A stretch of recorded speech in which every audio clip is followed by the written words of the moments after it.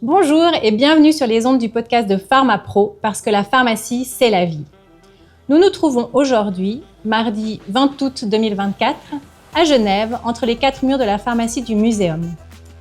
Son propriétaire et pharmacien responsable, Monsieur Thomas Blaisy, a très gentiment accepté de se livrer avec nous au jeu des questions-réponses. Bonjour Monsieur Blaisy. Bonjour. Vous êtes originaire de Genève, vous avez étudié la pharmacie à Genève et êtes, si je ne me trompe pas, depuis 2011 propriétaire de cette pharmacie.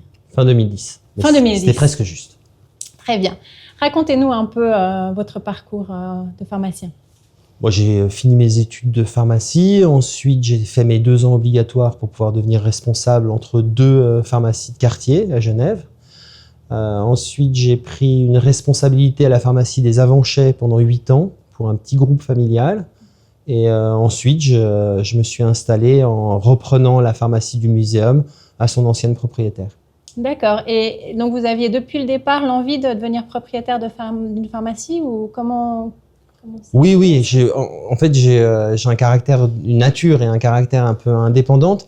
Et donc, inévitablement, dans le parcours de pharmacien, c'était assez logique pour moi d'essayer d'avoir une pharmacie indépendante pour pouvoir travailler à mon compte et puis surtout avoir et créer l'ambiance de travail qui me convenait le mieux. Et surtout par rapport à l'apprentissage, c'était très important parce que je trouvais qu'il y avait pas mal de jeunes hommes et de jeunes femmes qui étaient un peu laissés sur le côté pour des raisons qui n'étaient pas forcément les bonnes. Et on a toujours essayé de prendre des apprentis dans cette pharmacie qui étaient dans des situations, disons, pas classiques. Vous aviez envie de former. J'avais envie de former et puis du coup, ça a été des rencontres extraordinaires. J'ai une de mes apprentis qui était à l'assurance invalidité, qui travaillait à Genève en stage non rémunéré depuis presque 2 ans et que personne n'envisageait de lui faire un apprentissage. Donc un peu envers et contre tous, cette jeune fille et moi avons lancé son apprentissage. Et le résultat, c'est qu'elle a été la meilleure élève du canton, tout apprentissage confondu, qu'elle a désormais son diplôme, qu'elle est sortie de l'AI et qu'elle est indépendante. Génial. Et tous les mercredis, nous regardons une petite série ensemble parce qu'il y a un lien s'est créé et donc voilà, on est restés très attachés. Et puis avec les autres apprentis, il y a aussi des attaches différentes qui sont créées, mais on essaie d'avoir un rôle social au travers de l'apprentissage. Et puis partant du principe que c'est quand même une profession dans laquelle on ne facture que le 50% de notre travail, une profession en fait où le conseil est gratuit, on peut voir. Et donc du coup, c'est vrai que le personnel et les assistantes qui travaillent avec nous sont très importantes. Parce que la dimension humaine, finalement, le contact avec les patients, les clients, c'est primordial. Oui, parce que les patients sont généralement des gens qui sont plus ou moins atteints dans leur santé. Alors évidemment que tout le monde ne vit pas avec la même gravité un rhume, mais on a aussi des patients où malheureusement ça peut être des enfants qui ont un cancer, ça peut être des personnes qui sont condamnées alors qu'elles devraient avoir beaucoup de vie devant elles. Alors c'est important qu'on puisse leur apporter le plus de bien-être. Et puis c'est un milieu qui est quand même différent du milieu hospitalier ou médical strict. Et donc, du coup, ça nous permet d'établir des liens qui sont plus humains, plus sociaux, et puis d'essayer de contribuer à la rémission et puis à l'avancée des patients. D'accord. Et du coup, quand vous avez souhaité devenir propriétaire, vous avez trouvé facilement une occasion de reprendre une pharmacie? Alors, disons que j'avais pas les fonds et les banques, en fait, prêtent pas aux pharmaciens, puisque, comme vous le savez, une pharmacie en Suisse se vend à 20% de son chiffre d'affaires, contrairement à, par exemple, les pays européens où une pharmacie se vend à 100 ou 110% même parfois du chiffre d'affaires. Ça fait que du coup les banques sont très craintives sur un marché qui en fait produit relativement peu d'argent, contrairement à la doc populaire. D'accord. Et donc comment vous avez fait? Alors j'avais rencontré, lorsque j'ai passé mes examens de stage, en fait, 2 pharmaciens qui, eux, étaient devenus propriétaires depuis, et puis qui m'avaient toujours dit que si un jour je souhaitais m'installer, il serait heureux que je vienne les contacter, ce que j'ai fait. Et du coup, on s'est associés, et puis petit à petit, j'ai pu racheter les actions de ma pharmacie. Bon, ça fait 13 ans, et il me reste 35 000 francs de dettes à rembourser encore, ce qui fait que vous voyez, comme on dit qu'une entreprise doit être remboursée en 5 ans, très clairement, dans le cas d'une pharmacie de quartier, on n'est pas dans cette logique de rentabilité. Et donc, vous considérez que cette pharmacie est une pharmacie de quartier? Oui, oui, je considère que c'est une pharmacie de quartier. Et pour moi, étant donné que l'objectif financier n'était pas l'objectif primordial, j'estime que c'est une réussite parce qu'on a créé effectivement une ambiance de travail qui nous est personnelle, qui fait que je crois, je peux pas parler pour eux, mais je crois que mes employés ont plaisir à venir travailler le matin à la pharmacie. Et pour moi, c'est absolument essentiel. De toute façon, je serais incapable d'assumer une quelconque fonction politique si j'avais pas cette équipe derrière moi qui me permet de libérer du temps pour les activités politiques, quitte à eux aménager leur emploi du temps, pas toujours au mieux de leurs intérêts. Donc, j'allais y venir, votre engagement politique. Donc, ça fait de nombreuses années que vous vous engagez sur le plan politique. Vous avez été élu à l'Assemblée constituante de Genève en 2008. Vous me dites si je me trompe, hein. C'est juste. Puis au conseil municipal de la ville en 2011 et 2015. De 2013 à 2023, vous étiez député au Grand Conseil du canton de Genève. Et au printemps 2023, vous avez quitté le Grand Conseil pour reprendre le mandat d'Yves Nidegger au Conseil national. Oui, c'est exact. Voilà. Donc, vous êtes conseiller national maintenant depuis le 30 mai 2023. Oui. Qu'est-ce qui vous a motivé à vous impliquer sur le plan politique ?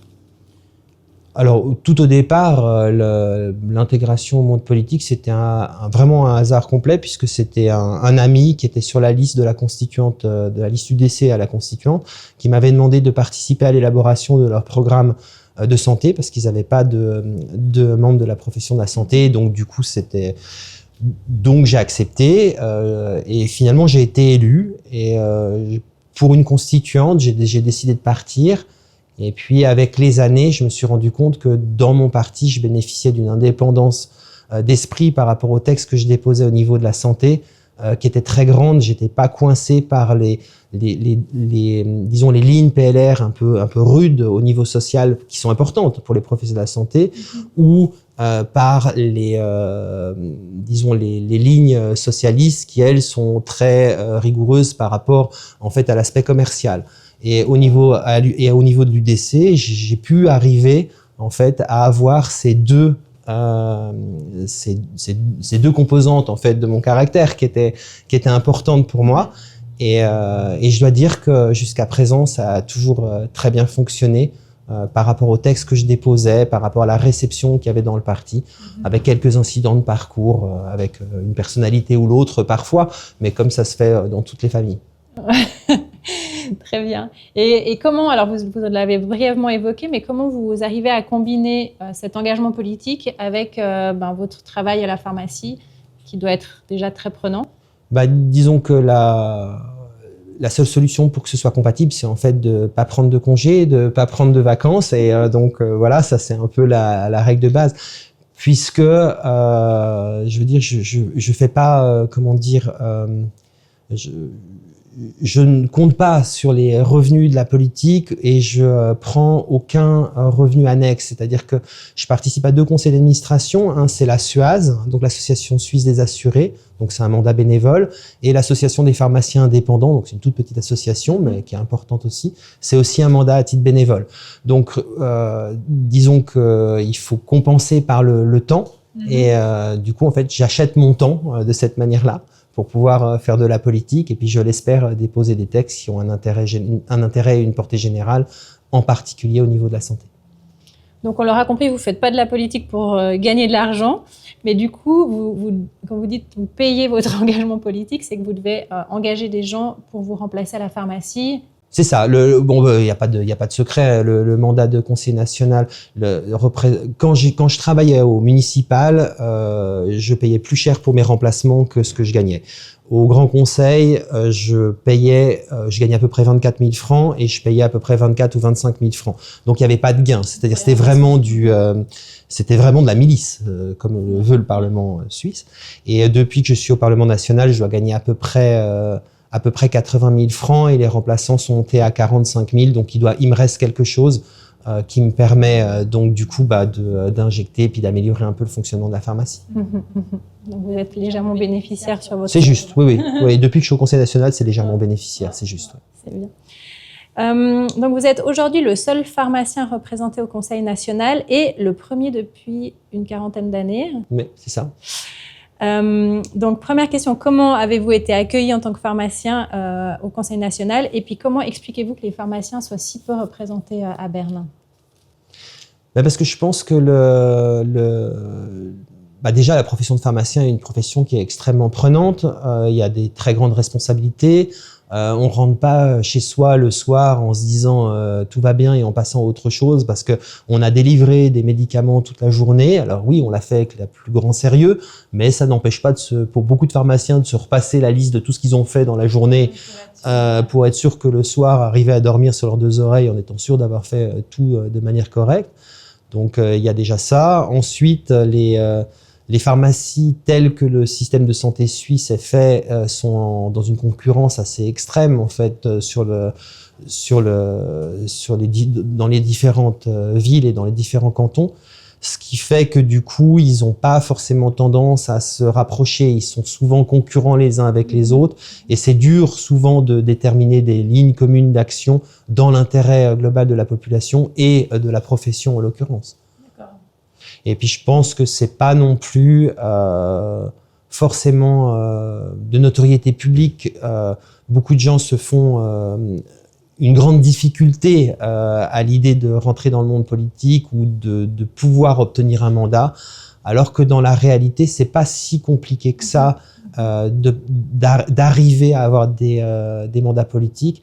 Il faut juste arriver en fait à trouver les sujets, les textes de loi où il y a des défaillances, où il y a des dysfonctionnements, et puis montrer aux électeurs qu'en fait on peut apporter une plus-value et puis qu'on peut vous faire confiance. Parce que je crois que réellement à l'heure actuelle, ce qui est important, c'est la confiance qu'on peut établir avec les gens qui vous élisent et en faisant évidemment tous les efforts pour pouvoir la maintenir et puis en être digne aussi. Vous avez évoqué tout à l'heure que vous faites partie d'une association de pharmaciens indépendants. Est-ce qu'au sein de cette association, il n'y a pas une volonté finalement de faire passer certains sujets au niveau politique et du coup qui pourrait encourager certains autres pharmaciens à s'engager sur le plan politique? Alors c'est sûr, on a des. Alors la structure de l'API est une toute petite structure qui s'est construite au départ en réaction à la création de la pharmacie 24, à laquelle les indépendants étaient opposés. Elle a perduré dans le temps et aujourd'hui on s'intéresse à de nombreux sujets comme par exemple la possibilité de remplacement des préparateurs. C'est très spécifique au canton de Genève. Je crois que le Valais a ça aussi dans une forme un peu plus réduite. Sur la formation de nos assistantes. Donc il y a beaucoup de domaines où on intervient et surtout d'avoir une réflexion effectivement sur les possibilités que doit avoir le pharmacien dans l'avenir. Donc typiquement un sujet parmi d'autres, c'est la capacité de pouvoir se fournir sur les marchés étrangers. Parce qu'à partir du moment où on rembourse les médicaments suisses et les médicaments étrangers aux patients suisses, ça veut dire que ces médicaments sont a priori reconnus par les caisses maladies et par le système de santé suisse comme étant valables. Donc à ce moment-là, pourquoi nous interdire à nous de pouvoir les commander sur le marché extérieur et d'offrir des prix meilleurs? Ouais, c'est des produits qui ne sont pas en vente sur le marché suisse. C'est des Alors, produits qui sont en vente. Aujourd'hui, on est limité à la capacité d'importer des produits sur le marché européen sous condition qu'ils ne soient pas disponibles sur le marché suisse. Ça, c'est les conditions actuelles. Mais le Parlement national ouvre la porte en disant les assurés suisses peuvent aller acheter des médicaments à l'étranger et on leur remboursera sans limitation de marché suisse ou de pas marché suisse. Donc à ce moment-là, est-ce que la logique est de dire pour pour maintenir des prix élevés en Suisse, pour d'autres raisons qu'on évoquera peut-être, de dire à nos patients, écoutez, allez vous fournir ailleurs, ça sera moins cher, et de nous dire à nous, ah non, vous êtes obligés de vendre ces médicaments chers. Il y a un moment donné où le raisonnement ne tient pas, et où là, on voit qu'il y a une sorte de choc frontal entre l'intérêt de mondes totalement différents que peuvent être les caisses maladies, l'industrie pharmaceutique, et que le pauvre patient au milieu est souvent considéré ou se retrouve le dindon de la farce. Alors justement, vous me tendez la perche pour ma prochaine question. Il y a un article qui est sorti sur le site internet infoimo.ch en février dernier, dans lequel justement, c'était un article qui était dédié à la thématique de la hausse des coûts de la santé. Et dans cet article, vous mentionnez notamment, vous dites que l'assuré suisse est le dindon de la farce. Expliquez-nous pourquoi vous avez dit ça. Alors j'ai dit ça parce que l'assuré suisse est finalement très peu au courant en fait de ce que coûtent réellement les choses dans le domaine de la santé. On voit finalement ce qui est visible de l'extérieur, c'est-à-dire qu'on voit le prix du médicament, ça, on le voit bien puisqu'en fait il est à peu près 54 à 60% plus cher que en moyenne que l'Union européenne. Donc ça on le voit bien, et on voit nos primes essentiellement. Et je dirais que d'autres corps de métier qui ont des revenus qui sont à 700-800% de ce qui se pratique en Europe, pour des raisons qui les concernent, mais eux sont relativement peu impactés parce qu'ils sont très organisés au niveau politique, ils sont très protégés en fait. Donc là, je pense essentiellement aux médecins, hôpitaux et autres, qui font du très bon travail, mais qui malgré tout coûtent beaucoup plus cher que dans le reste de l'Europe. Mais on ne les embête jamais en fait avec ces questions de salaire, de prix. Tandis que le prix du médicament, je veux dire, dès qu'en fait il y a un débat sur les coûts de la santé, on va vous dire c'est les médicaments qui sont responsables de tout. Alors les médicaments, c'est 10,5% des frais de la santé, et c'est 22% des frais remboursés, donc des primes AOS. Donc oui, effectivement, c'est pas un chiffre anodin. Mais ce qui est important de dire, c'est que le pharmacien, lui, donc le revenu du pharmacien, enfin même pas son revenu d'ailleurs, le résultat financier de la pharmacie qui permet de payer les salaires, ça coûte 3%. Donc le travail du pharmacien... La marge du pharmacien. C'est ça, la marge du pharmacien en Suisse, c'est 3% des primes. C'est-à-dire que si on prend une prime d'environ 600 francs, ça serait 20 francs.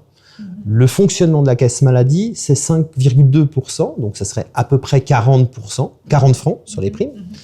Ensuite, vous avez 100 francs pour l'industrie pharmaceutique, et vous avez à peu près 400 francs ou 350 francs pour les médecins, hôpitaux et autres.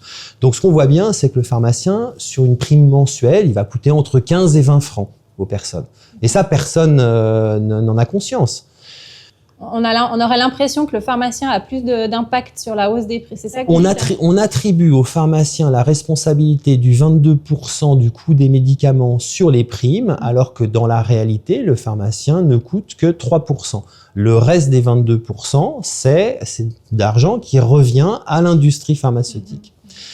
Bon, donc on a ce problème déjà de connaissance des choses. Ensuite, l'autre problème qu'il y a, c'est que en Suisse, il y a des conventions qui sont signées entre les prestataires de soins privés et les caisses maladies. C'est-à-dire que les prestataires de soins, pour pouvoir faire leur travail, vont rétrocéder une partie de l'argent aux caisses maladies. Donc, dans le cas des pharmaciens, ils vont rétrocéder le 2,5% de leurs revenus aux caisses maladies. Et ce 2,5% des revenus du pharmacien, il représente environ, dans les 20 dernières années, 60 millions par année, ce qui fait un chiffre d'affaires admis par les caisses maladies officiellement d'1,6 milliard en 20 ans.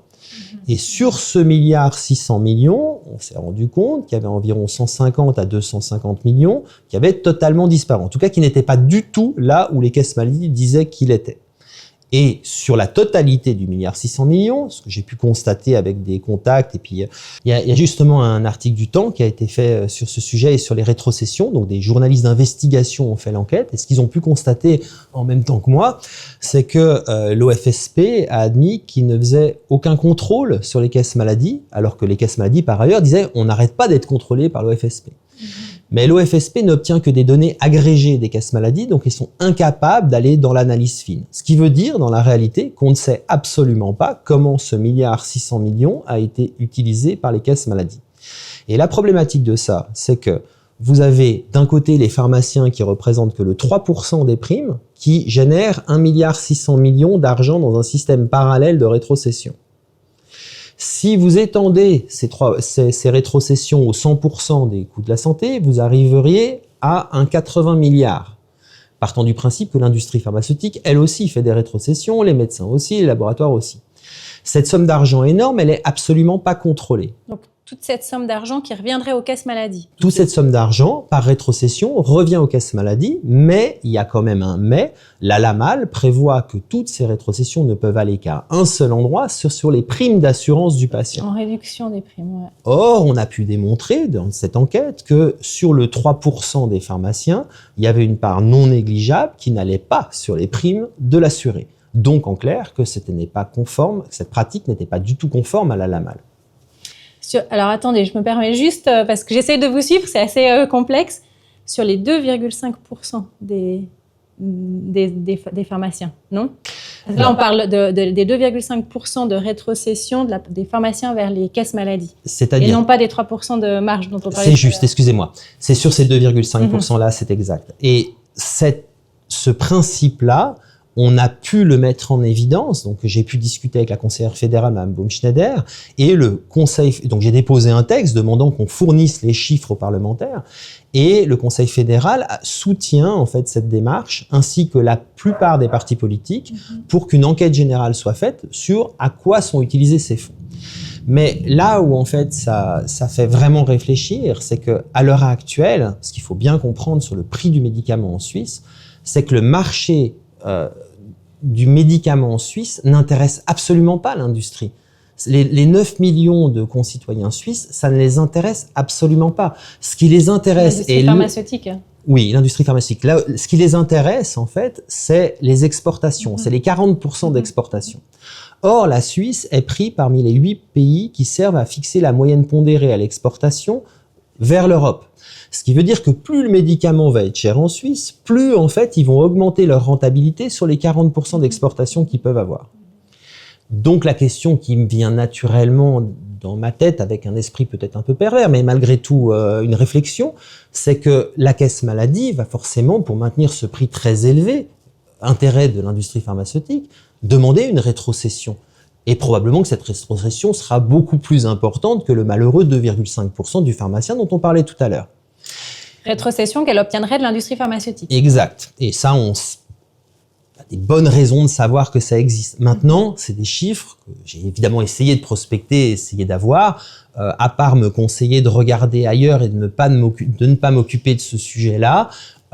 J'ai eu relativement peu de retours. Donc c'est pour ça qu'il est très important que ce texte soit voté, que le Conseil fédéral soit derrière et qu'on ait une chance d'aller de l'avant. Parce que si on réfléchit bien, avec une somme hypothétique, mais projetée sur le pourcentage des pharmaciens de 80 milliards sur les 20 dernières années, on a plus ou moins l'erreur de l'AVS chaque année sur le système de santé. C'est ça que ça veut dire dans la réalité. Et ça, pour quelqu'un qui a une formation de pharmacien, qui sont nos auditeurs ce soir, a priori, ça devrait en fait être relativement facile à comprendre, à intégrer et choquante, parce que si les pharmaciens font ces efforts, c'est pour que la population paye moins cher.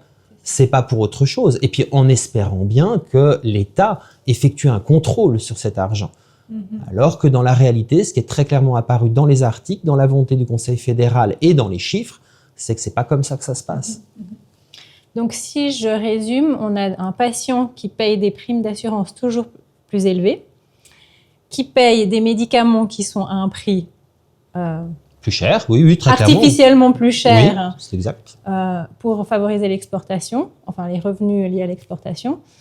On a des pharmaciens qui payent chaque année un certain montant aux caisses maladie selon une convention signée il y a quelques années. Mais on n'a pas une bonne idée de ce qui est fait avec cet argent qui pourrait servir à baisser les primes d'assurance. Ah mais alors on a bien vu, hein, les augmentations de primes qu'on a pu connaître de 8 ou 10%, elles ont correspondu à des pertes boursières des caisses maladie de 400, 600 ou 800 millions.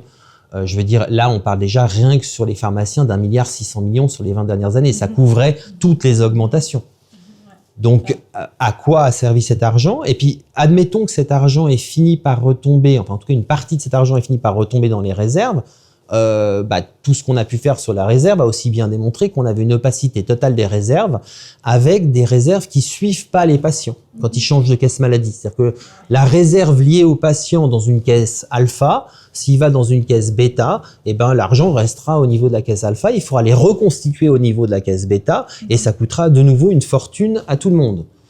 Donc c'est pour ça que dans l'article que vous citez, je me suis permis de dire qu'on avait confié notre santé à des assureurs bagnoles et qu'ils avaient finalement géré notre assurance santé comme ils géraient les assurances des voitures, c'est-à-dire un maximum de profit. Et à l'arrivée, on arrive avec une profession comme celle de pharmacien qui remplit un devoir, une obligation qui est la base de son métier, c'est-à-dire l'obligation de refus de vente, c'est-à-dire que vous avez évidemment l'aspect commercial, mais vous devez refuser de vendre un médicament aux mauvais patients ou si les conditions ne sont pas remplies.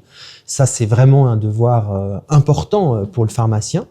Vous devez accueillir les personnes, leur répondre, même si elles ne dépensent pas un centime dans votre pharmacie.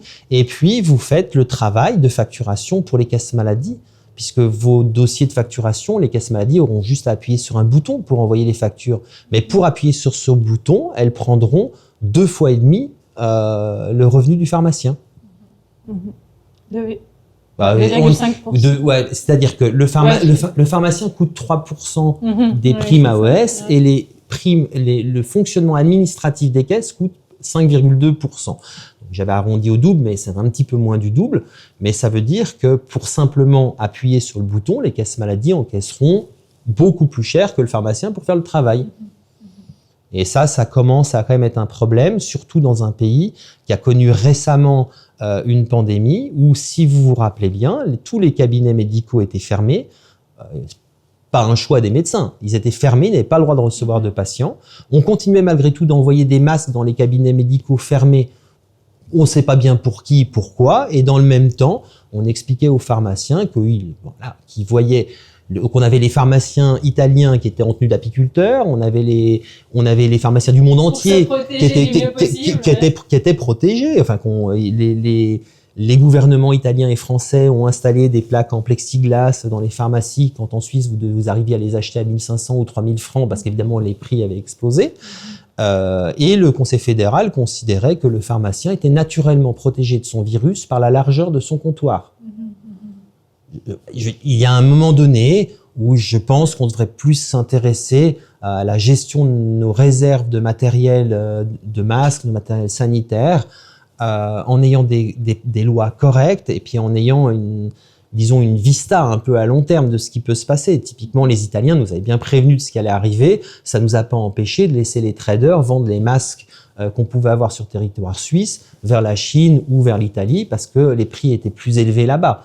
Donc c'est pour ça qu'à un moment donné, alors évidemment que c'est une réflexion de manière qui est très générale, mais est-ce que finalement la santé a vraiment vocation à être sur le même système commercial et financier que tout le reste, parce que c'est un domaine particulier. Assurance voiture. Ouais. Ben c'est ça, voilà. Et donc du coup, vous avez déposé une motion au Conseil fédéral qui demande plus de transparence. En fait, elle exige. Elle exige. J'ai pris l'habitude avec les années, comme vous l'avez dit tout à l'heure, de plus demander. Quand on demande, on n'obtient pas toujours réponse. Donc j'ai exigé du Conseil fédéral, si le texte est accepté par le Parlement, qu'il fournisse aux parlementaires de l'ensemble du Parlement ou à défaut aux membres de la Commission de la Santé les chiffres de toutes les conventions signées avec les prestataires de la santé, avec tous les montants qui avaient été versés, ainsi que de leur fournir les moyens pour pouvoir s'assurer que cet argent avait bien été à la diminution des primes. Et j'ai eu l'heureuse surprise de voir que le texte avait été signé par pratiquement tous les partis politiques du national et dorénavant était soutenu aussi par le Conseil fédéral. C'est-à-dire que le Conseil fédéral demande à l'Assemblée de voter le texte pour pouvoir faire une enquête et nous fournir ces chiffres. Ce qui montre qu'au niveau de l'administration, les explications qui ont été fournies sur ces rétrocessions et puis sur la manière dont elles étaient impactées par les caisses maladie, et y compris le travail des journalistes, a permis de montrer qu'il y avait véritablement il y a une prise de conscience. Un problème, un laisser-aller et pas de contrôle, alors même que les sommes en jeu sont importantes et les sommes en jeu ne peuvent aller qu'à un seul endroit, c'est dans la poche des citoyens. Alors, vous n'êtes, d'après mes informations, pas encore membre de la Commission de la Santé au Conseil national, est-ce exact ? Oui, c'est exact. Alors pour l'instant, j'avais demandé à participer à la commission du Conseil national, mais bon, c'est vrai qu'en arrivant en fin de législature, c'était difficile de dire, de bouleverser tout ce qui était organisé. Dans la deuxième législature dans laquelle je suis, celle qui est en cours actuellement, je l'ai redemandé de nouveau à mon parti, mais ils estiment que le lien d'intérêt, le fait d'être pharmacien est un lien d'intérêt qui pose problème en étant membre de la commission de la santé. Alors, comme on l'a vu tout à l'heure dans les chiffres, les pharmaciens représentent le 3% des primes AOS, les caisses maladies représentent le 5,2% des primes AOS. Donc, j'estime à titre personnel avoir moins de liens d'intérêt que toutes les personnes qui siègent dans des conseils d'administration de caisses maladies, y compris un certain nombre de personnes qui, par ailleurs, ont le droit de le faire, mais président des caisses maladies. Je crois qu'il y a Visana. Le Centre est un parti qui a énormément de représentants de caisses maladies. Je crois qu'ils en ont 8. L'UDC en a 4. Le Parti socialiste, j'avais fait l'erreur, n'en a pas. Mais disons que toutes ces personnes qui sont finalement financées au travers des conseils d'administration de caisses maladie réunissent des salaires qui parfois sont supérieurs à leur revenu de conseiller national. Donc à un moment donné, il est légitime et logique de dire que c'est pas un pharmacien de quartier qui va avoir des liens d'intérêt posant problème au fonctionnement général de la commission. Par contre, très clairement, les membres de la commission qui sont membres de conseil d'administration de caisse maladie, eux, ils faussent complètement le jeu. Et pour avoir pu remplacer en commission, c'est vrai que ça complique très clairement le travail. Je veux dire, on ne devrait penser qu'à l'intérêt général du fonctionnement du système de la santé, en centrant évidemment autour du patient. La santé des caisses maladies, elle doit être assurée par un système qui fonctionne, pas par des interactions politiques en commission. Donc vous aimeriez bien intégrer cette commission, et si vous l'intégrez, quel rôle aimeriez-vous y jouer ? Je souhaitais vraiment intégrer la commission de la santé en début de législature. Aujourd'hui, avec une année de pratique du national derrière moi, je suis partagé, dans le sens où le fait de ne pas être membre de la commission de la santé me permet de déposer tous les textes que je souhaite sur la santé, sans qu'on m'oppose en fait de lien d'intérêt. Et comme je vais pas moi-même travailler sur des textes que j'aurais rédigés, parce que c'est aussi la difficulté, comme je vais rédiger des textes sur la santé qui vont être envoyés à la commission de la santé, je vais ensuite travailler sur mon propre texte. Donc c'est vrai que d'un point de vue fonctionnement pour moi, c'est plutôt plus facile de faire mes textes à l'extérieur de la commission de la santé. Maintenant, je dois avouer que ça me chatouille un peu d'y être, parce qu'à un moment donné, on a envie de leur dire que la perception qu'ils font des métiers de la santé est extrêmement éloignée du terrain, et un pharmacien qui plus est, qui travaille dans son officine, je veux dire, a une vision assez générale des différents métiers de la santé. D'accord. Merci. Je vais quitter un peu le monde de la politique pour revenir un peu plus au monde de votre pharmacie. Donc pharmapro.ch, c'est la principale plateforme d'offres d'emploi pour le secteur de la pharmacie en Suisse. Et nous constatons que le marché du travail est de plus en plus tendu, et que les pharmacies ont de plus en plus de peine à trouver les collaboratrices, les collaborateurs qu'elles cherchent. Vous, en tant que pharmacien, qu'est-ce que vous mettez en place pour... est-ce que cette situation, elle vous correspond ? C'est effectivement ce que vous vivez au quotidien. Et qu'est-ce que vous mettez en place pour recruter les bonnes personnes ? Alors, la situation que vous décrivez est tout à fait exacte. Je crois qu'on n'a jamais eu aussi peu d'étudiants en pharmacie dans les universités. Mais elle est logique. Je veux dire, avec les éléments qu'on a évoqués ensemble, on voit bien que le métier de pharmacien, c'est si ce n'est le universitaire le moins bien payé. À l'arrivée sur une carrière d'officine, hein, je veux dire. Un pharmacien en officine, c'est 40 à 45 francs de l'heure. Après avoir fait, dans le meilleur cas, ces 5 années d'études, et dans le pire des cas, 10 années d'études avec un doctorat, et à l'arrivée, on vous propose un salaire de 45 francs de l'heure. Il y a quand même un moment donné où, vu la connaissance de la personne qui est derrière le comptoir et ses capacités en fait à expliquer, à aider, à guider les gens ou à lui-même remplir les premiers soins, elle est énorme. Je veux dire, imaginons qu'on ferme les pharmacies pendant 3 jours, il n'y a pas un système d'urgence qui n'explose pas, c'est sûr. Donc à un moment donné, c'est le premier recours, c'est l'endroit où on peut aller sans payer un centime pour avoir un conseil, c'est l'endroit où on peut rester aussi longtemps qu'on veut sans qu'un chronomètre se déclenche, autre que le pharmacien qui a quand même des occupations et puis qui peut pas rester qu'avec un seul patient, mais disons qu'en tout cas c'est une porte ouverte vers un scientifique de haut niveau et qui est accessible sans rendez-vous à toute heure du jour et je dirais même à toute heure de la nuit puisqu'en fait on a des services de garde. Les services qui sont remplis par le pharmacien sont malheureusement relativement peu visibles puisqu'on n'a pas l'habitude de crier sur les toits quand on a détecté une erreur, quand on a détecté une interaction. Mais je veux dire, une pharmacie, une toute petite pharmacie comme la mienne, je veux dire, si on n'arrête pas en tout cas 10 ou 15 ordonnances qui potentiellement auraient conduit les patients à l'hôpital, on n'a rien fait de l'année. Donc des pharmacies qui ont des chiffres d'affaires qui sont 10 fois ou 15 fois plus grands que les miens, donc qui ont 15 fois plus de patients a priori qui viennent, arrête un nombre de potentiels problèmes qui est très grand. Alors évidemment que le jour où un pharmacien se trompera, alors là c'est sûr qu'il sera à la une de tous les journaux, même s'il n'est pas présent dans sa pharmacie, il sera condamné pour homicide involontaire, donc il faut quand même se rendre compte, parce que il y a non seulement le revenu qui est bas, mais il y a en plus le fait que si vous vous plantez, vous aurez une condamnation, que ce soit un membre de votre équipe ou vous-même qui accomplit cette erreur. Donc c'est pas un métier qui, si on le regarde comme ça, a l'air très séduisant. Après, quand on le pratique, c'est un métier qui est fantastique. Ah, c'est joli de vous voir sourire comme ça. Mais il faut l'amour du métier. Il faut le pratiquer. Et il faut voir ce rôle. Typiquement, il y a des choses qui sont aberrantes dans la pharmacie parce que vous avez des règles extrêmement strictes pour protéger en fait l'exercice médical du médecin. Bon, ça, on le sait tous. Mais alors, ce qui est complètement incroyable, c'est que les médecins partent en vacances des fois pendant 1 mois et demi, 2 mois, et puis vous vous trouvez dans une période estivale où, comme ils n'ont pas prévu les renouvellements de traitement, le pharmacien passe ses journées à avancer des médicaments pour que les patients chroniques puissent recevoir leur traitement. Je rappelle que sans ces traitements, a priori, ils auraient une espérance de vie nettement plus faible.